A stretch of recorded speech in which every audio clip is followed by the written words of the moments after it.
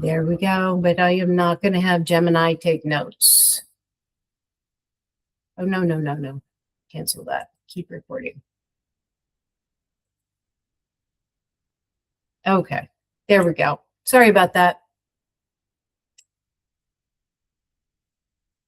All right, the next thing is that I'm going to go through the first section, and after the first section, we'll take a break and come back and answer questions. And then move on to the next section. I have 3 separate sections, and we'll take a break after each section and then questions for that section before we start the next one, okay? If you have questions, feel free to enter them into the chat, and I will get to them at the end, after the end of this section, okay? All right. First, some dementia statistics here. Alzheimer's disease is the most common form of dementia, with accounting for at least around 60% of adult dementia cases. There are 7.2 million Americans living with dementia or symptoms of Alzheimer's disease. Worldwide, there are more than 55 million people living with dementia. This is probably an underestimation. 2/3 are women. Older Black Americans are twice as likely, and older Hispanic Americans are 1.5 times as likely to have Alzheimer's or other dementias as compared to white Americans.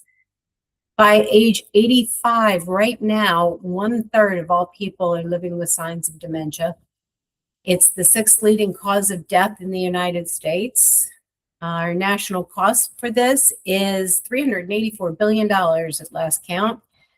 Individual lifetime cost per person is over $400,000, and at least 70% of that is paid by family. And the next thing families do, 12 million Americans are providing unpaid care for dementia. Let's define it next, because this is where a lot of confusion comes in. Dementia is a global term. It describes a collection of symptoms that cause a decline in cognitive function. That disrupt daily life and impair somebody's ability to live independently. It impairs abilities to manage finances, daily routines, including meal prep, hygiene, and so many others. This picture of a brain right here is a healthy brain. Going over to this brain here, this takes a long time to do. It takes the brain a long time to go from the healthy brain to the unhealthy brain. It's not a fast thing. Okay. As I've heard it said, dementia moves at a glacial pace. Next are all the terms for dementia, all the different diagnoses. Dementia is an umbrella term. It is many different diseases that are underneath the umbrella. These are different types of dementia under here. These ones on the top, depression, delirium, malnutrition, substance abuse, thyroid disease, infections, these can all mimic dementia. So it's important to get a diagnosis for dementia, because it may not be dementia. It might be thyroid disease, which is very good at mimicking dementia, and that's treatable. All these others under here, Alzheimer's disease, vascular, frontotemporal, one called late, Lewy body dementia, are different types of dementia.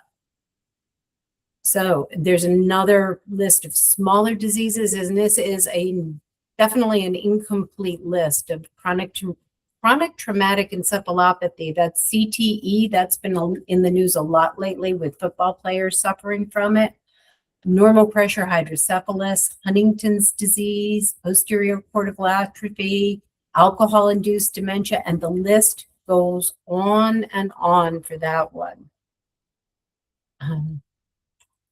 That said, there are over 120 different types and subtypes of dementia. It's not just one, there are a lot. I've heard a number recently of 130 different types and variations of dementia, because people can have combinations of dementia. My mom has vascular and Alzheimer's disease. People can have combinations of frontotemporal and vascular, frontotemporal and Alzheimer's. It's almost an endless possibility of combinations here. Next, there are 4 truths about all dementias. At this time, at least, if you've been diagnosed with dementia, at least 2 parts of the brain are dying. It's progressive and it keeps changing. Once this disease has started, it's progressive. It keeps getting worse. It's not curable or fixable at this time, and it is fatal. People will, if they don't die from something else first, will die from this disease eventually. Next, let's go on to the recognizing the signs and symptoms of dementia. But before we get to that, we're going to talk about some normal aging characteristics, because as we all get older, we get a little more forgetful. Our brains slow down. We have a decline in working memory, like we can't hold on to as many pieces of information at the same time as we once did. We may have trouble finding words, like recalling that movie you saw a couple weeks ago that you really want to tell your friend the name of the movie, and it takes a little while for that to upload. That is normal in aging. What stays the same and doesn't change is our judgment. We can still tell right from wrong and make safe decisions. I mean, some of the scams out there are pretty good, and a lot of people nearly fall prey to them. But when we are aging, we are far more able to distinguish what is safe and not safe. We're still able to pay bills and manage our money. Although it may take us a little longer to do it, we can still do it. Physically, we might be slowing down a little bit, but there's not a huge decline. We're not falling right now at this time. We have a normal change in our peripheral vision. It normally changes. We normally lose some of the peripheral vision. It comes in. It used to be at 90 degrees. As we get older, it comes down to like 75 degrees and eventually less. But these are normal aging characteristics. And then we'll go on to some symptoms of most dementias, which are typically memory loss. For Alzheimer's disease is one of the first signs. Decreased problem-solving ability, a change in judgment, decreased ability to focus and concentrate on what they're doing, on what you're doing or they're doing.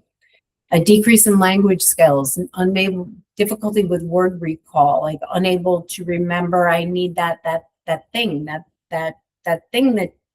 does this. They cannot.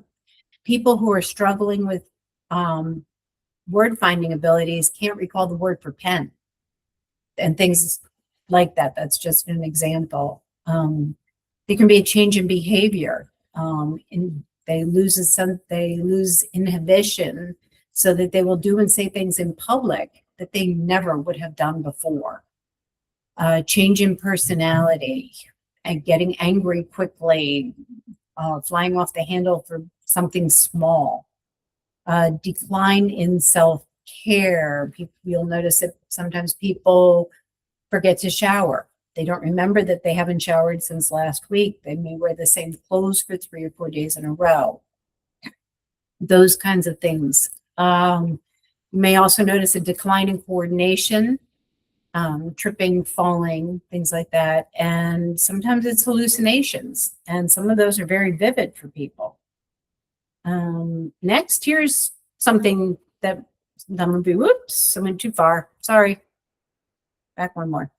Concerns. You might see a refrigerator that looks like this. This was my mom's fridge, and there are a dozen open cans of cat food in there because she didn't remember that she fed the cat and didn't even notice that she had all these cans of cat food in her fridge. And this, we were already more than concerned about her at this time. In fact, I think when this picture was taken, she'd already been diagnosed with mild cognitive impairment.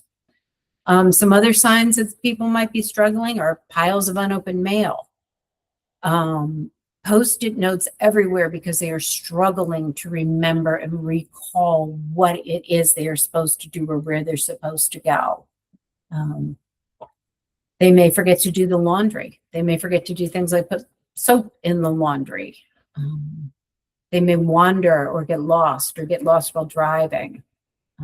These are some common symptoms of different dementias.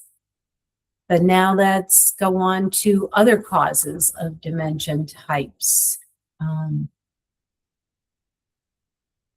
Let's see, but first, a little brain anatomy here, because this will be helpful later on. The different parts of the brain, the temporal lobes right over your ears, and as it says, it processes auditory data, sound, speech, and language production happen in the temporal lobes. The occipital lobe, very back of your head, is responsible for vision. Yes, it is really far away from the eyes, but that's where your vision center is. The parietal lobes, kind of up on top of your head, are responsible for processing sensory data. The frontal lobes, right immediately in front of it, is where your movement is processed and how your brain tells your body what to do and how to move. A little bit in front of that is where decision-making and problem-solving come in. And in the very front, that's not labeled on here, way up here in the front part of the brain, is the prefrontal cortex. And that is where all of our decision-making happens. Right. It's the last part to attach and one of the first parts to show changes when people are showing signs or symptoms of dementia. That's why they have trouble making complex decisions, is because the frontal lobe gets attacked. Down at the bottom, way over here, is your cerebellum. This is important for balance.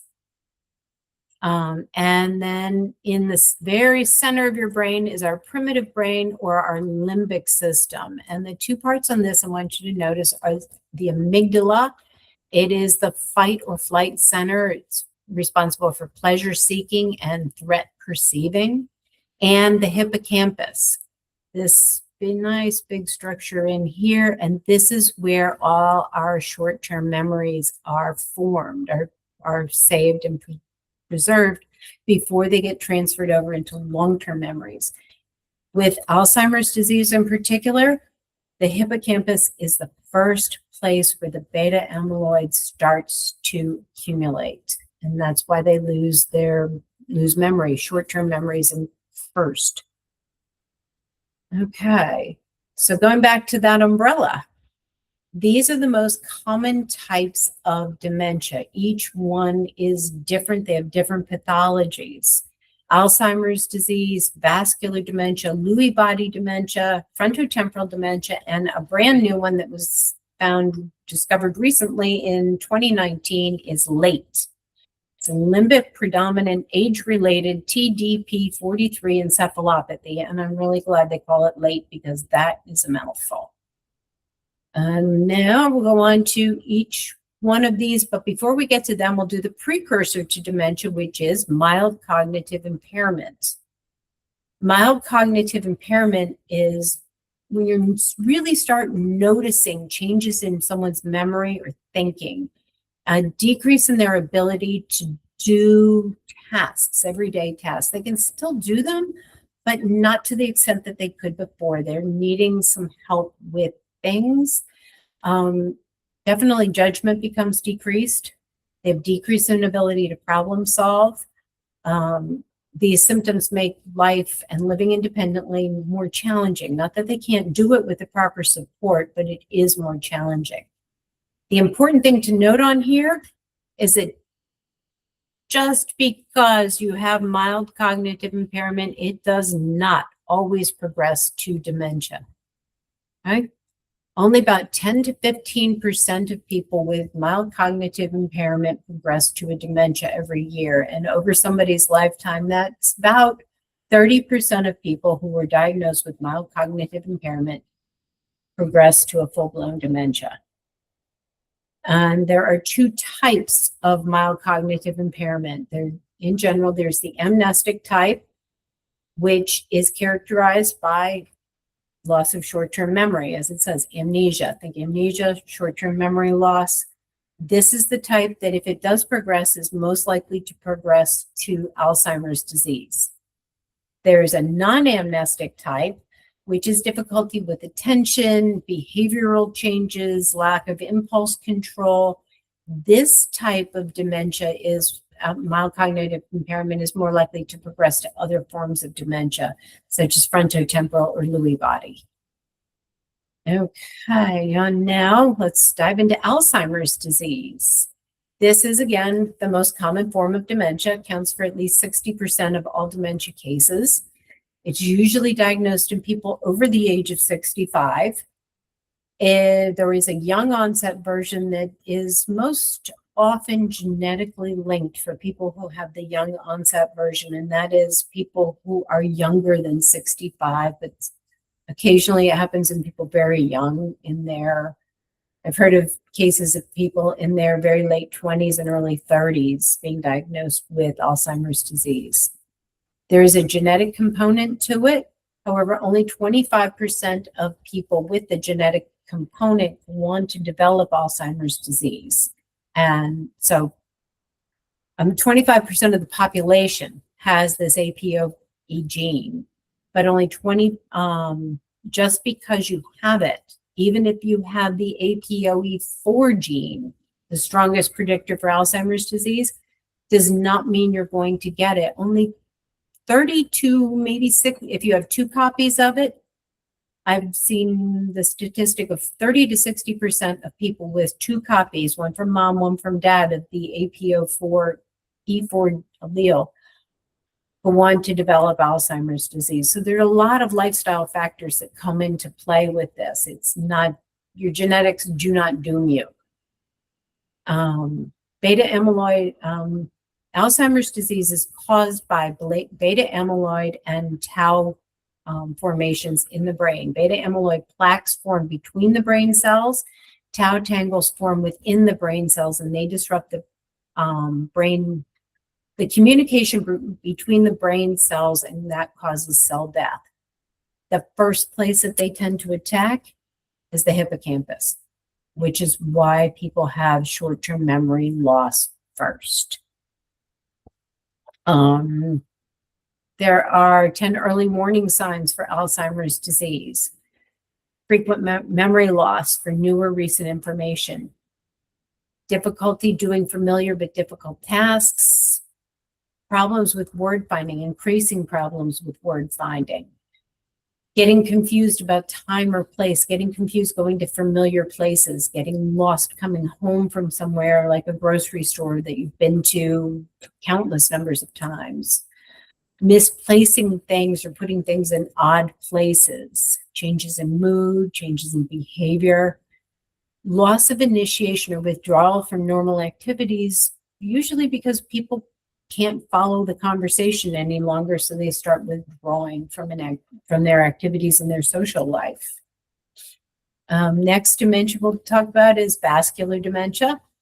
This is the most preventable type of dementia, the one that we can reduce our risk for the most, because the risk factors here are diabetes, hypertension, and cardiovascular disease. And these we have some power over.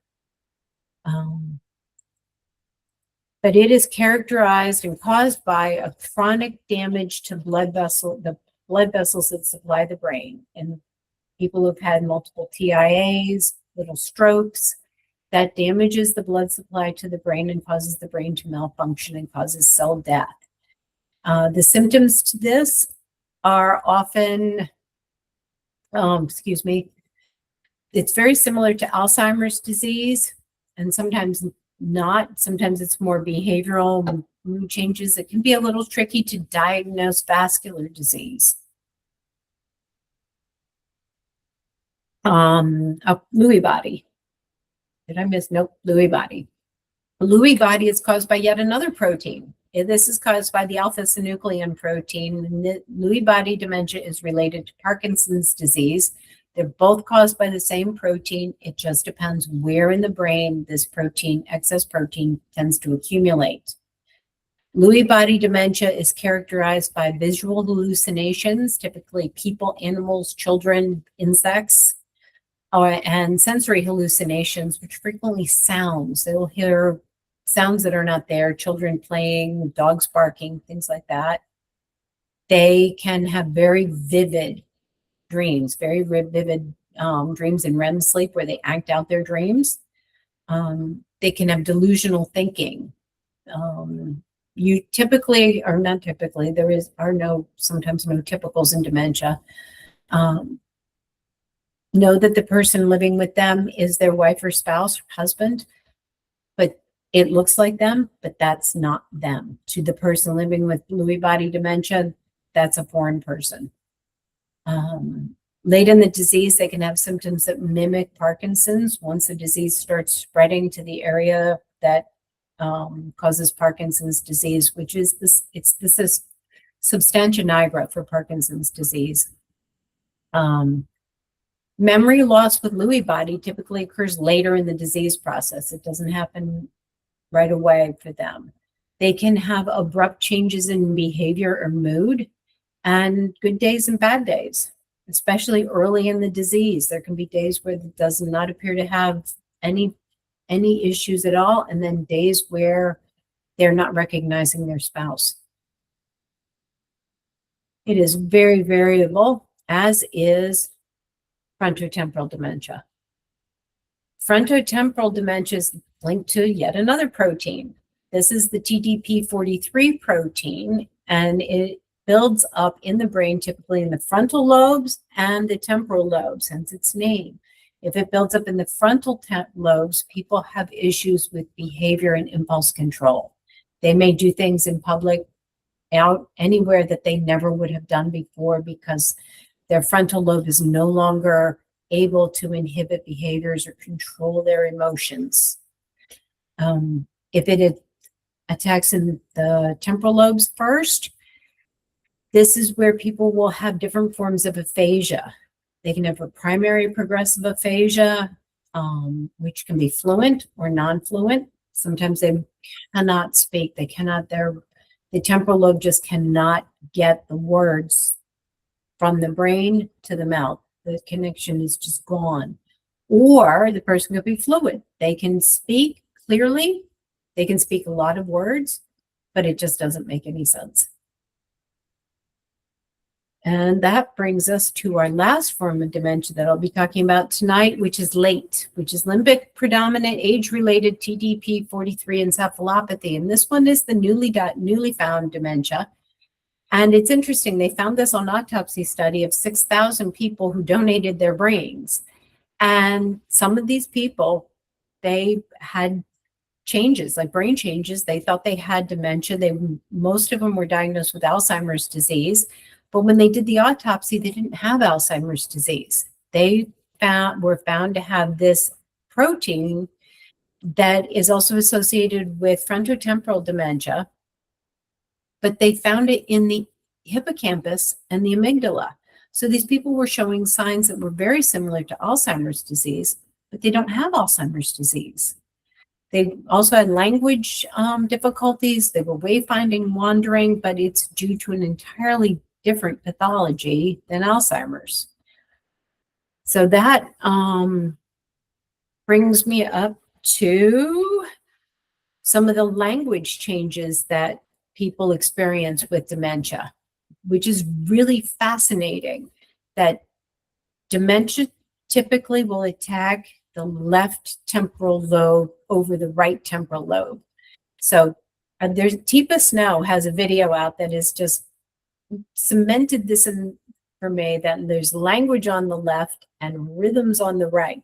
You lose on the left and retain on the right. People lose language comprehension and word production. They lose nouns first before anything else. But on the right temporal lobe, people will remember this. And the right temporal lobe is responsible for rhythm, for music, social chit chat, the back and forths of just normal conversation, very superficial conversation, but they can remember that. They can remember music and songs from years ago. People will remember song words. My mom still remembers songs from decades ago. People will remember poetry. They'll remember prayers. The Lord's Prayer, the 23rd Psalm, you get people started and they will be able to recite it long into the disease process. They will also remember forbidden words.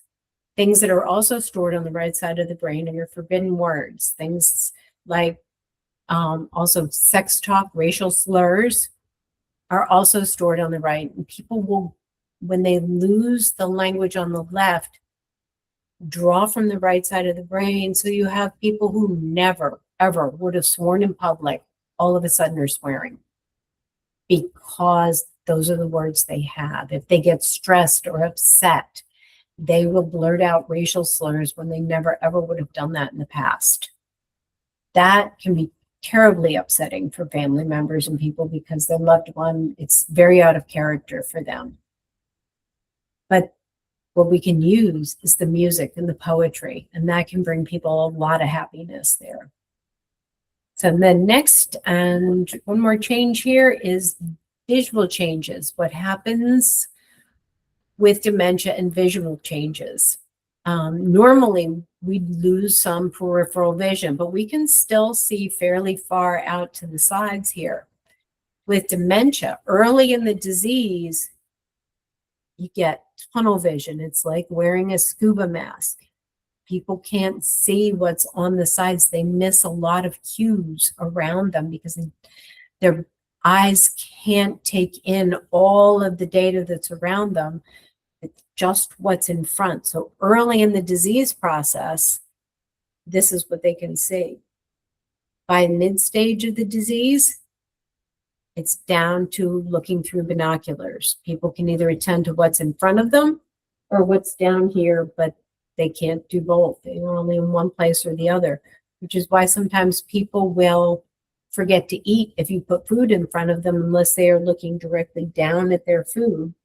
They don't see it. They won't notice that there's something on their shirt because they can't see down there. Late in the disease, the brain really can't process much information at once. It can only take in data from one eye. So it's like having monocular vision, which causes lack of depth control, depth perception. Sometimes that can cause falls because people will see something on the floor, think it's closer than it really is, and fall as they're trying to pick something up. And that brings us to the end of this section. That is a whole lot of information all at once and a very quick overview of it. I'd like to take a really short break for everyone, give you about 5 minutes, and we'll come back and answer some questions and then move on to our next section, which is diagnosis, treatment options, and caring, a brief overview of caring for someone with dementia. Okay, so if everyone's all right, we'll take a brief break and then I'll see you back in about 5 minutes, okay? Mm-hmm. 5 minutes.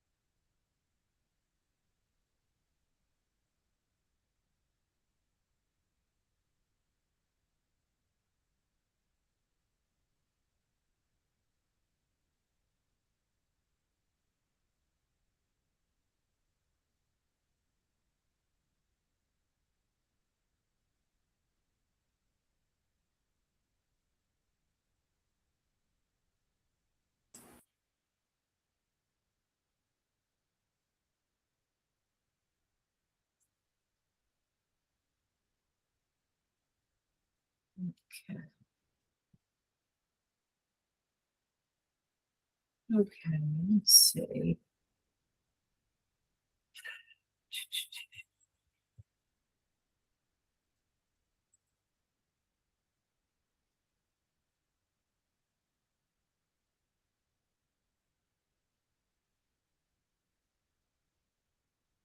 Okay.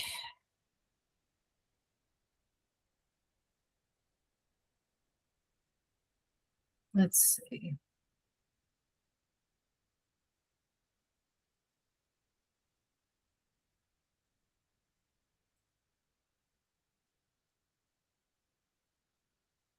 Okay, here, does anybody have any questions before we move on to the next section?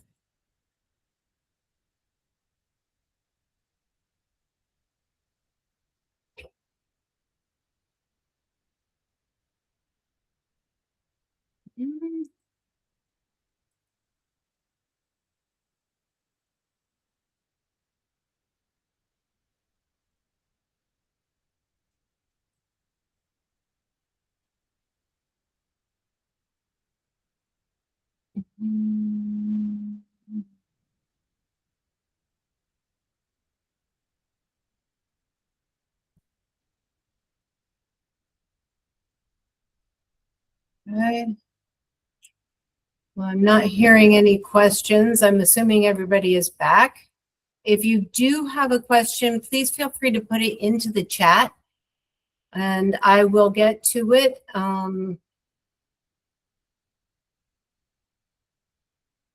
But let's move on so we can keep going, because this section there's a lot in this section. And again, dementia is huge. There is so much stuff to talk about that I'm not going to be able to hit absolutely everything this evening. As much as I would love to, I can't. So if you have a question, please put it into the chat. If you think about something later that you would love to ask, feel free to email me, give me a call, and leave my contact information at the very end of the last slide on here is my contact information. And I will make sure that the library has access to the slide deck. Okay, so moving on with diagnosis and treatment options. Diagnostic tools and assessment. This starts with a visit to your PCP, your primary care provider. They are the ones, primary care providers, along with neurologists, neuropsychologists, geriatricians specializing in dementia, can diagnose dementia. Okay? It's important to get a diagnosis because there are many things in here that mimic dementia. Depression, delirium, vitamin deficiencies, thyroid deficiencies can all mimic dementia. So it's important to rule those out and make sure it isn't something that is treatable. It's important to get an early and accurate diagnosis because that supports care. It supports early onset care, getting somebody on the right treatment path, especially if you're considering medications. And most important, if you're considering one of the infusion medications for Alzheimer's. You want to start those as early as possible to really slow down the disease process. There are also clinical and cognitive evaluations. Your PCP can give you tests like the MoCA or the SLUMS to detect some cognitive impairment. Visit to a neuropsychologist is a much more in-depth exam, taking several hours to complete. There are MRIs and PET scans that can also help with the diagnosis. And now there are biomarkers that show up in cerebrospinal fluid and blood work for Alzheimer's disease. Unfortunately, not yet for any other dementia. Those are diagnosed through MRIs, PET scans, and clinical evaluations. But Alzheimer's disease, there is now a blood test for that. So it makes getting an early diagnosis easier, which is important if you're going to consider any of these medications for Alzheimer's disease. These are all what are known as cholinesterase inhibitors, except for Namenda down there, that's a glutamate inhibitor. These increase the amount of neurotransmitters in the brain. They make it more available to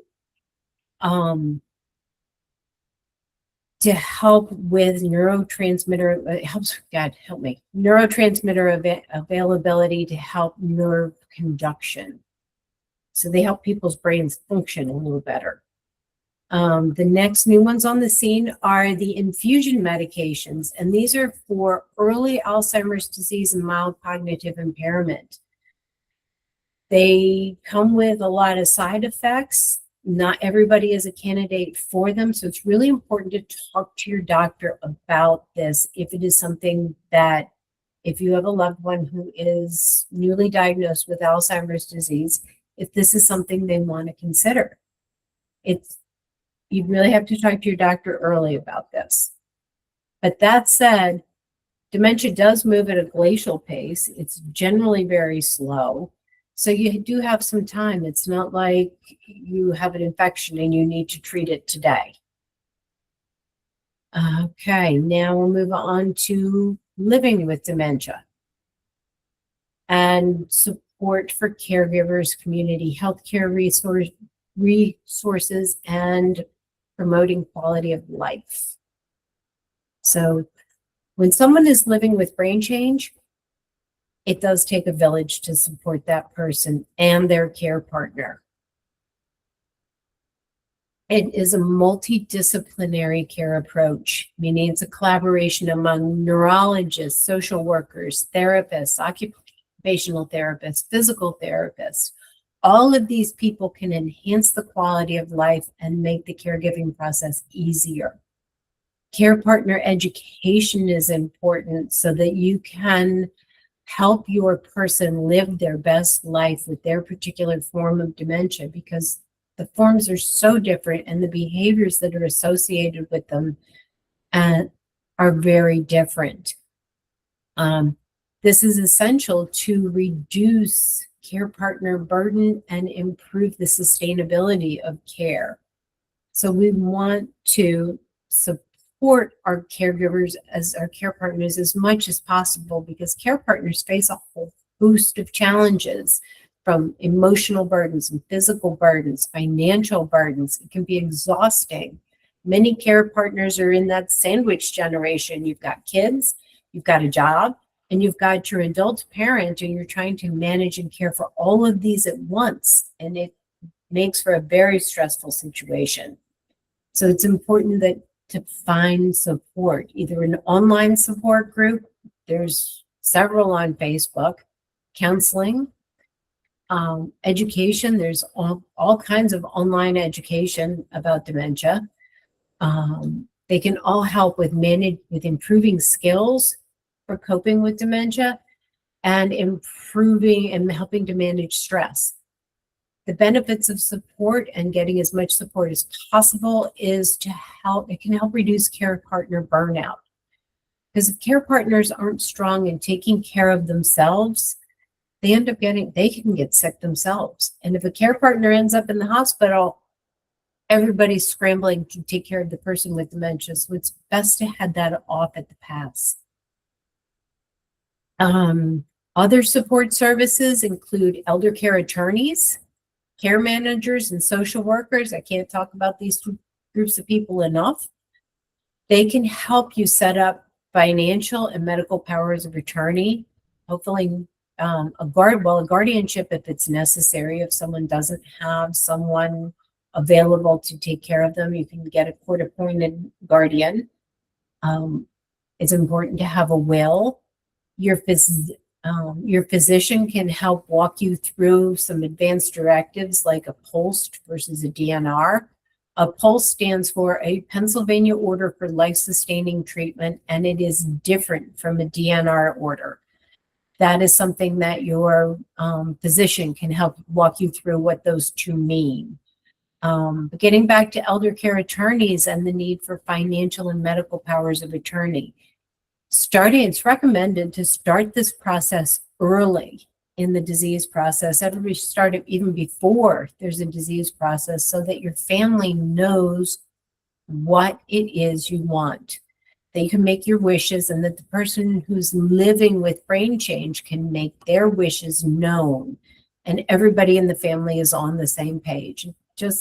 It saves a lot of stress and anguish later for families if they're willing to talk about this subject, which can be difficult at times.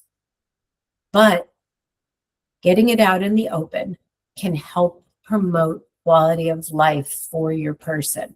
This again is my mom. Quality of life for my mom meant having cats.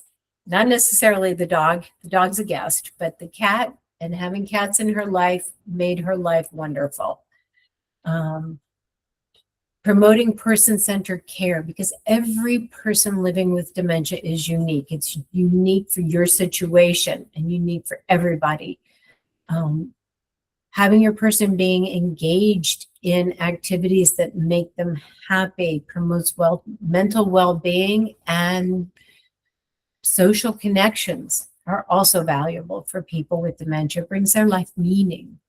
Along with, another thing is proper nutrition and making sure their environment is safe, so that they can stay in their home as long as possible. And this is where your PTs and OTs can come in and assist with taking a look at your home or the person's home and making recommendations for it, adding grab bars as needed, removing throw rugs, trip hazards, things like that. They can make recommendations. And that it has happened to me when I was a PT working. A lot of times we can be the fall guy and the bad guy to saying that rug really ought to go. So you can point at us and say, well, the PT said you need to remove the rug or add grab bars in. That might help with making those decisions, because sometimes people are not always receptive to you need grab bars or you need to remove your throw rugs because you're going to trip over them.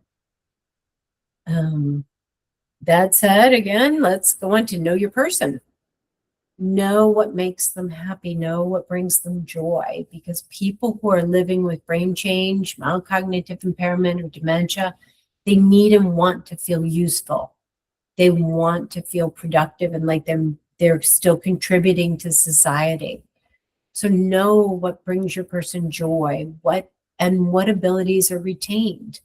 What gives your person a sense of purpose and meaning in life? What were their jobs, their hobbies? Did they volunteer? Are they still capable of doing that? Because this is what will help make your job, if you are the care partner, easier. If you know what they are still capable of doing, what can they still safely do?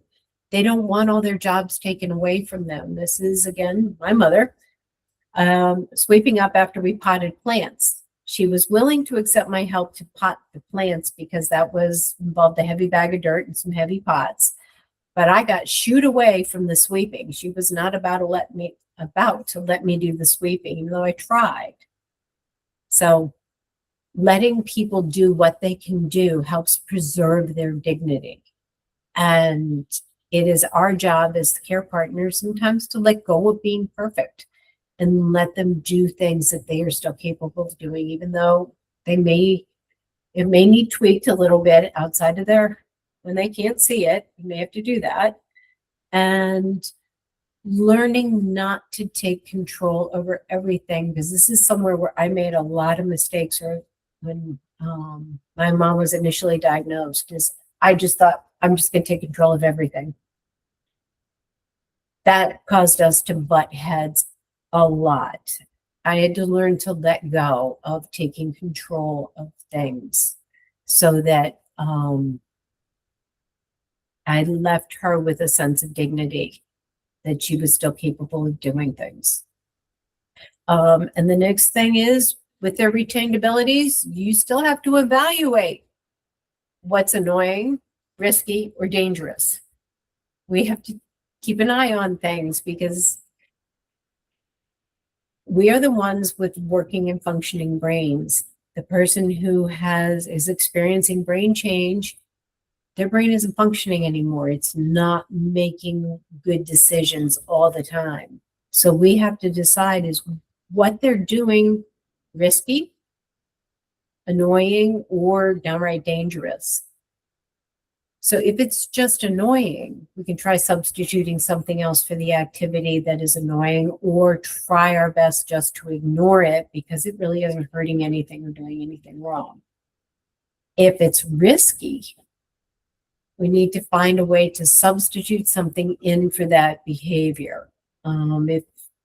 Or if they're doing something that just isn't effective, like people will take a toothbrush and try to comb their hair with it because it's this thing that has bristles on it, but it's not effective. So learning to substitute a hairbrush for the toothbrush, or face cream for toothpaste after you wash the toothpaste off their face. In my mom's case, it was trying to remove all the cat balls that were all over the floor because they were a trip hazard. But she was concerned that the cat wasn't eating, so she was feeding the cat in multiple places. And that was a little tricky to bring the cat bowls into one central location.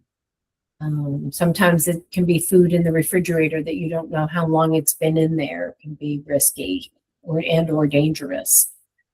So it's learning to respond to situations rather than reacting, like taking a big deep breath. If somebody is doing something risky, like has a knife in their hand and they're trying to cut something and it's not a safe situation, saying, "Oh, hey, I see you're trying to cut something," and offering a substitute or asking permission to help with an activity so that we don't offend them and remove their dignity.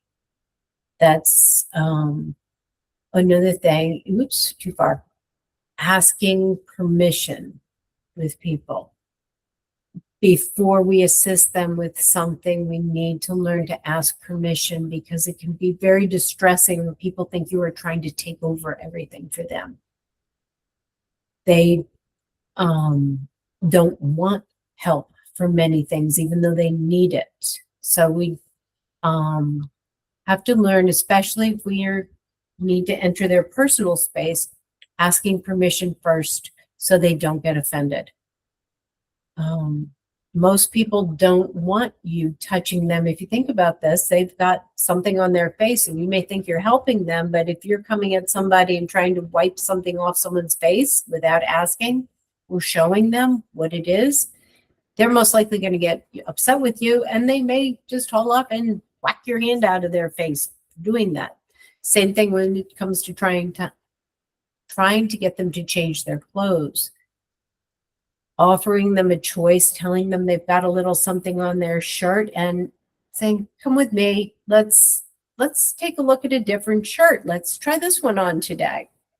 Or put a sweater on or something to cover up whatever is on their shirt. But we have to ask permission first. One of the best things to do is give people choices as well. 2 choices. Offer them a this or that solution to something. When it's time to get dressed, do you want to put a blue shirt on or a green shirt? Do you want a sweater or a button down? When it's time for lunch, just say, "It's time for lunch. Would you like ham or turkey sandwich, something hot or cold to drink?" 2 choices of things, because if you ask somebody, "What do you want for lunch?" a lot of times they're going to say, "Oh, I don't know. I don't know what I want for lunch." Or it's lunch is ready. It's time for lunch. And they're like, "I don't want lunch." But you have to ask them, or just say, "It's time for lunch. Let's go. Do you want to walk?" If you're going somewhere, like if you're going to a dining room, do you want to walk inside or outside? We're going to lunch. Not, do you want to go to lunch? Because 9 times out of 10, they will say no. Okay. And that's it. But then we go on to repeated questions. What do you do when somebody asks you the same question 10 times and they ask you again and you answered it and they are not retaining it? It's important to remember that every time someone with dementia asks you the same question again, it's because they do not remember asking you. They don't have those cells in their hippocampus to remember that they asked you that question 5 minutes ago, and they will keep asking you. A lot of times this is somebody's way of just engaging with you. And sometimes it's due to anxiety. They need something to do and they don't remember what you're going to do later. Some things you could try if there is an activity planned later in the day that they are not remembering, walking them over to a calendar and showing them and having it in some bright color that today is the day we're going to the museum, the aquarium, to the doctor's appointment. We have doctor's appointment. That can all help. Sometimes distractions help with this, playing music for somebody, putting on a favorite TV show, taking a walk, or sometimes the most effective thing is to give them a job. Have activities that you need done that are purposeful activities that are really helpful. Things like setting tables, folding laundry, sorting things that might need to be sorted, like the silverware, or helping to unload the dishwasher and put the silverware away, can all help distract somebody. Repeated stories, having somebody tell you the same story over and over and over again can be hard to handle, but typically what it is somebody's need and way of connecting with you. They want to be with you. You're an important person in their life and they want to be able to connect. But that's, and it can also be a sign of somebody's unmet need. It can be a sign of repeating stories, repeated questions can trigger unmet needs. So can the typical question of, I want my mother, I need my mother. Have you seen my mother? That one's common. I want to go home. People, when they are wanting their mother or wanting to go home, are often searching for something comforting. Home and your mom is a source of comfort for many people. And a lot of times this may happen when people get tired, their brains get tired. And it will happen a lot of times in the end of the day. Even if they are living at home, they may not recognize their surroundings anymore because their brain is too tired and they just want to go home somewhere where they're comfortable. If it's something where you feel safe, you can do what my son's friend Katie did, and she took her grandpa out for a drive when he didn't recognize his house, and she could not convince him that he was home in the house he'd lived in for decades. But she took him out for a drive. And that was enough to reset his brain. And when he got home, he was so happy and so sweet. He said, "Oh, you're so sweet. You brought me home." And that was enough for him. Sometimes it doesn't happen as often anymore, but my mom would call me and it would be in the afternoon around before dinner. She's living in a care facility right now, change of shift. It's very busy, and if she'd had a busy day and was really tired, she would call me and demanding to go home. I need to get out of this place now. And it's typically because she's tired and wanting something comfortable. She wants it to be quiet. She doesn't want the noise all around her. So I would have to talk to the nursing staff and say, "Can you please take her into a quiet space where she can be alone and just quiet," because it was too much stimulation for her and it really agitated her. The question of what can I do now? That comes up frequently, and people who are living with brain change don't know what to do next. They don't know what's expected of them, and it can be very anxiety provoking. So people who ask this question need a job. They need something to do to fill that need of just, I don't know what I'm supposed to do. And it makes people very, very anxious. This is where you need to get curious and be a detective. What are they doing? What would help calm them down in this moment until you move on to the next moment?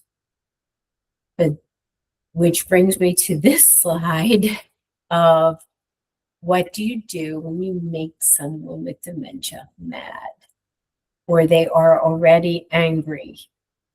If they're in distress because you or someone stole my purse, my wallet, my car keys, or they yell at you and say, you can't tell me what to do. You are not the boss of me.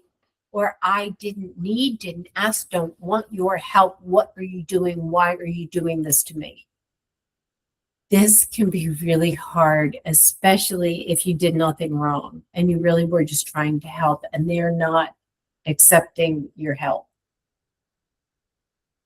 Take a big deep breath, a really big deep breath, because when this happens, our amygdala gets ramped up and we want to calm down. We need to calm down to deal with this.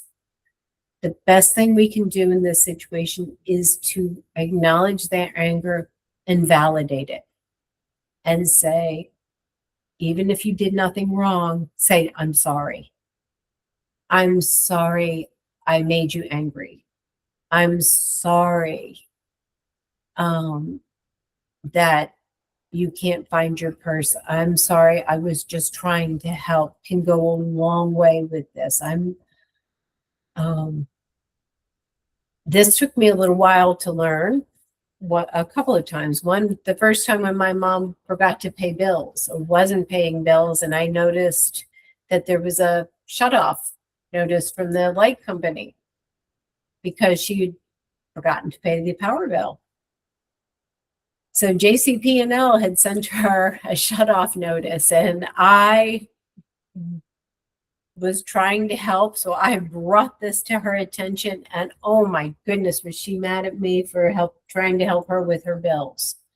I didn't ask, didn't want your help with this. I've paid all my bills. I did not know this about saying I'm sorry. It did not go well, and I had to learn this because I just put the bills down and left. I just figured out we need some space, and I left the situation and went for a bike ride, came back. And when I came back, my mother had not just paid one JCP&L bill, she paid about 3, made sure they were all done. But now I know that when I learned after that, when I had done something that pissed her off or made her angry, saying I'm sorry went a long way with her. If it's like they have misplaced their car keys, their wallet, or hidden them in a drawer somewhere that is not a typical drawer to hide them in. Sometimes what helps is saying, you know what? I'm sorry, I must have moved them when I was cleaning, but I will help you look for them. That can help with this. And again, saying I'm sorry goes a long way. But next we'll talk about the visual hallucinations and auditory delusions. This typically happens with people who are living with Lewy body dementia, and this can be unpredictable, vivid, and sometimes very scary to the person, or sometimes not. Sometimes the dog that's sitting next to them is a nice dog, and sometimes the dog that's on the bed in the other room is growling at them and they will not go to bed because of the dog in there. That happened to one of my clients. Her husband would not go to bed because there was an angry dog in the bed. And it happened several times. Sometimes she was able to put the dog out and sometimes she wasn't. But the important thing with visual hallucinations is to accept the person's reality and meet them where they are. It doesn't do any good to try to convince them that there is no dog in the bed, because they see that dog on the bed and it's very real to them. So again, you have to be a detective and know your person and see if you can figure out a way to get the dog off the bed and put the dog outside, or to get the children to go home back to their parents. And if it doesn't work, figure out a strategy for your person to be okay with it. The same client with the dog on the bed when there were children outside, if they didn't go home for her and he was still hearing them, she would put headphones on him and have him listen to some calming music, and that worked for them. But just to understand that these hallucinations and delusions, their false beliefs, are very real to the person. And if it's a delusion where you look like their spouse or their loved one, but you're not, trying not to take it personally, because they're not doing this on purpose. They have no control over what their brain is telling them. And it can be challenging and really stressful. So the most important point is just to validate their feelings and validate where they are and make them feel comfortable and safe, that whatever it is, you will do their best so that they don't get hurt by it, and nobody gets hurt by it. And with that, the best thing that you can do for yourself as a care partner is to enlist some help whenever possible, wherever possible, for your needs, so that you can go out and take care of yourself. Not just outings with your person, but outings for you, so that you can recharge your battery. Because if your battery is charged up, you will be better able to take care of your person. If your battery is undepleted, you're not going to be able to help care for them, and you aren't going to be able to do things like take them to see the sand sculptures in Peddler's Village. And this is my mom and my son this summer, where we took her to Peddler's Village, and I enlisted his help to push the wheelchair because her arthritis is so bad now she can't walk. But she really did enjoy going to see the sand sculptures. So with that, I would like to give everybody again a little break, because I've been talking for a long time here. But if anybody has any questions, please put them in the chat or speak up, and I'll just kind of hang around for a few minutes, but I'll give you 5 minutes, and then we'll come back and we'll start the last section of risk factors and how to maintain a healthy brain. Yeah, Erin. Oh, yes. Shoot. There you are. Hi. What? Hi, Jennifer. I just had a couple of questions about some of the things that you covered. Sure. And that is that back in the other section when you were talking about the medications, what if your person doesn't qualify for the infusions? Is there anything else that can be done medically? After that, if they don't qualify for medications, it's my understanding that at this time there are no other medications to be given for people, and it is symptom care. Okay. Okay. All right. And then my other question is coming to the most recent topic here about what to do when you encounter challenges with your person. Then there are certain times when you need to make them understand a certain situation. Sometimes. Sometimes. And for me, it's medication related, where they're missing doses of their medications regularly. And that my family, I'm lucky I'm one of 6. My family, we need to step in and, do her medications or make a change here and there for her, which goes against her routine, which is very important. I'm told routine is very important. Yes. So in this case, she emphatically says, I have never missed a dose. Never. And if I did, I would tell you, and I would say, okay, go ahead and do it. But never have I ever. So in this case, because it's so important, that I feel that that's where you have to actually say, Mom, You have on several occasions. So we're going to just make a little change, that kind of thing. But what is your approach where you do have to confront an unpleasant thing or something, or have them understand, or at least that day, because it's going to happen again? Mhm. So what is the approach for that? It all depends. When it comes to medications, it depends. What types of strategies have you tried with medications? Are they taking them out of individual pill bottles, or do they have a pill case, like a daily pill, a pill organizer? Yep. Well, actually, what we do is we organize her pills into trays for morning, noon, and night for a Mhm. week-long period. And she does pretty well with that. But there are some things she was very adamant about taking on her own without it being in the pill tray. And Okay. so we said, okay, you got this. And so after many, many instances of it not being taken through pill counts, we discover Mhm. that it's time we make a change. So the only change I convinced her of is that we would take that particular pill that was in a foil container kind of thing, and put that little foil pill in her pill box Friday morning, instead of it being in her dresser drawer that she would take. Mhm. So I told her that she's still responsible for taking that medication on that day at that time. It Mhm. just won't be in her dresser.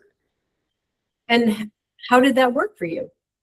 That actually, it went, I think, well, Uh-huh. because she still felt in control, because she wrote me a very long email late at night and Mhm. said, I am in control. I'm in control of my medication. You're taking away responsibilities from me, which I feel I'm losing my independence. Mhm. And so I wanted to make sure that my response was understanding of her situation, Yep. and to outline how important she still has those important responsibilities and control. It's Mhm. just the location that's changed. Yep. Yeah. That sounds like you handled that in a beautiful way. Until next week. Until it changes, until the next thing comes up, which is one of the hardest things about dementia, is that things change all the time. Right. You get Right. one thing done one week, and next week it changes. Yeah. Yeah. But do you have any kind of tips or anything when you do have to, you know, make a change like that, or have them try to understand something? Is there a specific approach that you would suggest? It's hard. It is so individual for every single person. Yeah. Um, Okay. it's not the same as, like, when I was working as a PT, that we had a protocol for things. Yeah. It is, you really have to be, when it comes to dementia care, a detective and curious, and be willing to try a lot of different things, because what might work for one person won't work for another one. And medications can be really challenging. We struggled with my mom for a while, getting her to take her meds, and she resisted for a long time. We finally had to tell her that her doctor wants her to have the nurse come give her pills every day. And oh, she fought that up and down, but I was able to throw the doctor under the bus, and we're willing to take the fall for that one, because they also wanted her to take the meds. Oh, yeah. Mhm. Thank you. You're welcome. Okay. Anybody else have any questions before we go on? I think I'm bad with time, but I'm going to move on to the next section here. Right. Risk factors and how to maintaining a healthy brain. So let's go on to this. Okay, first thing we have here are the non-modifiable risk factors for dementia. First thing, age. We cannot modify this one. We're all getting older. Unfortunately, there isn't anything we can do about that. And age is the strongest risk factor for coming down with dementia is our age. We can also gender, family history, and genetics. There are some specific genetic mutations that are associated with a higher risk of dementia. These are unchangeable ones. There are 14 modifiable risk factors. According to the 2024 Lancet Commission on Dementia Prevention and Intervention and Care indicates that nearly half, it's actually 45% of all dementia cases worldwide could be prevented or delayed by addressing 14 modifiable risk factors. And these are hearing loss education, hypertension, smoking, obesity, depression, physical inactivity, diabetes, excessive alcohol consumption, traumatic brain injury, air pollution, social isolation and loneliness, untreated vision loss, and high LDL cholesterol. These are all things that in some way, shape, or form can be modified.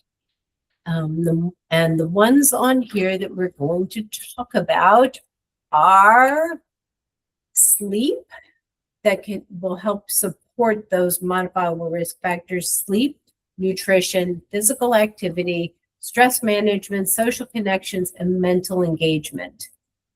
And the first one on this list I've got is sleep. Sleep is hugely important to maintaining our brain health. During sleep, we have these cells in our brain called the glymphatic cells, and they remove proteins associated with dementia, that they will get in there and clear out the beta amyloid. This occurs during deep sleep. New memories are consolidated during REM sleep, which is very important. And good quality sleep reduces our risk for cardiovascular disease, hypertension, diabetes, and whatever is good for your heart is good for your brain. So sleep, getting a good night's rest on a consistent basis is very important for brain health. The next one is nutrition. I love Michael Pollan's quote about eat good food, not too much, mostly plants. Fits in beautifully with brain health. The MIND diet, which is a mashup of the Mediterranean diet and the DASH diet. DASH stands for Dietary Approaches to Stop Hypertension. This diet has been shown with close adherence that it may reduce your risk for Alzheimer's disease by over 50%. That's enormous. And it's paying attention to what you're eating and eating a mostly plant-based diet, not all plants, just mostly. Fish at least once, twice a week. I think in the MIND diet, they recommend twice a week. And nuts, legumes, vegetables, fresh frozen vegetables, and limiting ultra-processed foods, processed foods, limiting red meat, limiting sugar intake, and alcohol in moderation can all help support brain health. And moving on to the next one, which is we skipped it, and that's my favorite. Physical activity. Being an exercise professional here, this is one where they're actually saying that exercise is the most important thing you can do to preserve your brain health. Not only can you preserve your brain health, you can actually improve it. You can improve the size of your hippocampus with exercise. Years ago, they didn't think that this was possible. They did not think that you could increase the size of your brain or enhance neuroplasticity past a certain age. They thought once you passed your 20s, that is it. You have no more brain cells. Now they know this isn't true. You can enhance cell growth in your hippocampus through exercise, because exercise stimulates the release of this neurotrophic factor called BDNF. It is a brain-derived neurotrophic factor, and it's released during exercise, and it can promote new cell growth, new brain cells in the hippocampus. Just as an exercise professional, this makes my heart sing. It is also contracting muscles, skeletal muscles, the muscles in your arms and your legs. When they are contracted, they release through this L-lactate pathway myokines that also go up to the blood-brain barrier. They cross the blood-brain barrier and release BDNF. So by exercising, you're releasing these myokines that are stimulating the BDNF, which helps your hippocampus. And then what the amount of exercise that you need, you can go to the 150 minutes that is typically recommended by the American College of Sports Medicine. 150 minutes over the course of a week total is what you need. But that can be broken down into little chunks. It can be 10 minutes here, 10 minutes there during a day. A 10-minute walk after eating can help. A 10-minute walk after eating is wonderful because it can help lower your glucose spike, so your glucose doesn't spike after eating, and excess glucose spikes during the day are also not good for brain. It can increase brain inflammation, which can also lead to cell death if there's too much inflammation in the brain for too long. But exercise is a wonderful way to help support your brain health, and it can be as little as 10 minutes at a time. And if you're walking outside, 10 minutes outside in amongst trees can do wonders for stress management. Just getting outside in and amongst trees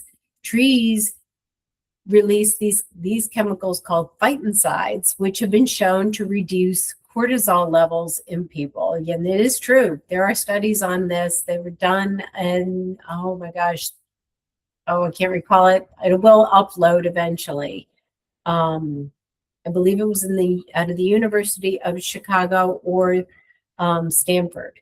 I think, but I can find it for you. If you're interested, email me and I will let you know where that study came from. But chronic stress increases cortisol over time, and increased cortisol over time causes increased inflammation in our bodies, and that increased inflammation can lead to cell death over time, and increased brain cell death over time. Stress management techniques include mindfulness practices, making sure you're getting enough good sleep, getting outside, doing things that are work for you to manage your stress, including things like gardening. Gardening is wonderful for people if that's your thing. Sometimes exercise is a really good stress management technique for a lot of people. Spending time in nature and maintaining social connections, which is the next part of brain health, is maintaining social connections. Social support has been shown to, strong social support has been shown linked to the decreased risk for dementia. Having a good supportive group of friends, people you know you can rely on and count on, and it doesn't have to be a huge group of people. Having a couple people you can rely on is important. That said, getting in contact with other people where you're just feeling socially connected with them through something you have in common, like a book club, a chess club, a pickleball club. Volunteering is wonderful because that gives you time to connect with other people and give back and give people a sense of gratitude. Walking clubs can be helpful. Then you're getting out walking time in nature, stress management, and social connections all at once. And that said, and then last portion of brain health is mental engagement to increase your cognitive reserve. A Your cognitive reserve is a functional adaptive property of your brain. It enhances your resilience to neurological damage and age-related decline. And your cognitive reserve is developed usually over a lifetime of learning and curiosity about things, but it can be increased at any time. Granted, the older we get, it does take a little longer to do this. We do this by learning new things. And the older we are, the longer it takes us to learn things, but we can still learn new things and challenge our brains. And that is really important to reducing our risk for developing dementia. Plus, if we're doing this for a long time and start early enough in our lives, we increase the size of our brain, increase the number of brain cells we have. So then if we ever do come down with dementia or are diagnosed with dementia, we have more brain cells to lose, and it will take longer for those symptoms of dementia to show up. That said, some other brain challenging activities could be learning a new instrument, learning a new language, anything that challenges your brain, anything a little hard. Tai Chi, learning to dance if you've never learned to dance, taking dance lessons, that challenges you physically and mentally. That's a wonderful thing. Playing ping pong where you're playing against an opponent and you don't know where that ball is going, that you have to engage with the other person and the ball. It's physically and mentally demanding. Same thing with pickleball. And some yoga poses are pretty physically and mentally demanding because you really got to think about holding that pose in just the right way. And anyway, that's all I have for tonight. And the bottom line is what is good for your heart is good for your brain. And I want to thank you all for coming tonight and sitting in on this. Thank you for giving me the opportunity to present. I want to thank the Kennett Library again for hosting this. And I will hang around for a while if you have any questions. And make sure that you will have access to the slides and the resources. Some local community resources include the Chester County Department of Aging, Kennett Area Senior Center, Oxford Senior Center, Westchester Senior Center. The Penn Memory Center is a wonderful resource. There's a website called NetCare, which has a huge listing of care providers in the area, equipment companies, elder care attorneys. That is a wonderful listing of local care providers. Other resources, the Alzheimer's Association, Dementia Society of America. I've got a bunch of websites here, and this is not an exhaustive list. These are just some of my favorite websites. YouTube channels, Teepa Snow's Positive Approach to Care has huge, just almost an overwhelming amount of information on it. The James L. West Center for Dementia Care has some wonderful videos, podcasts. And then there are some books and some other references here. And last but not least, I'll leave my contact information up for a little while. If you have any questions, please reach out. I'll be happy to answer any questions that come up later on. And again, thank you all for coming. I appreciate your attention and hanging in there for an hour and a half long presentation. Thank you. Thank you. Thank you.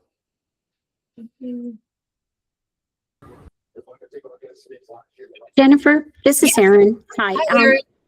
Will this be available, a link or to the recording or anything? Yes, the library. Okay. We'll have the link to it. I've recorded the video, so they'll have a link to it. Okay, so on their website. You'll have access to the slides and the resources. And again, it is not an exhaustive list. Right. It's just the ones that I found very helpful. Okay, great. Thank you. You're welcome.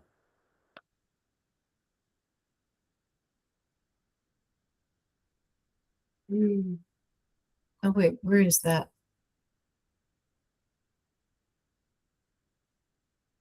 Unmute.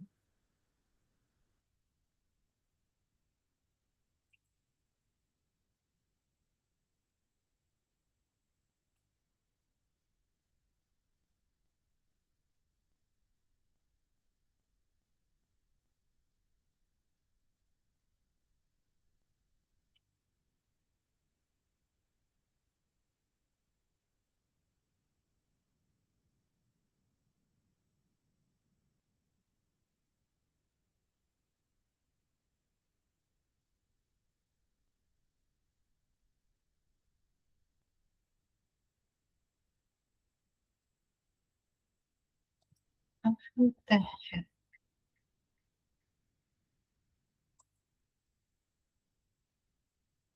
Ay.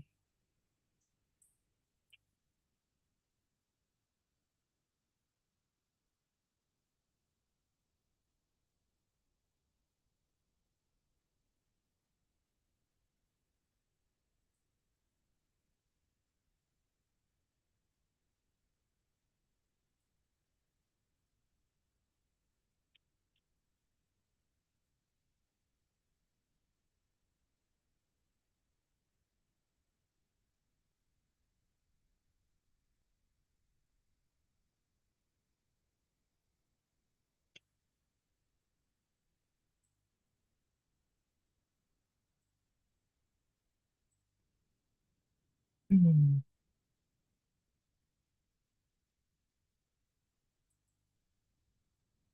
Okay. Well, I am not seeing any questions pop up in the chat. And so if the people who are still on here have no questions, I will end the call. Okay, thank you. So Katie and Lois?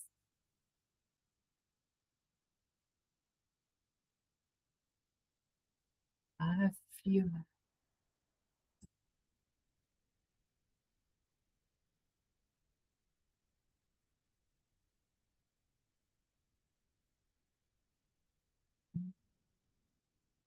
All right. Well, thank you all. Thank you all for coming. And I'm going to say good night. I appreciate your attendance.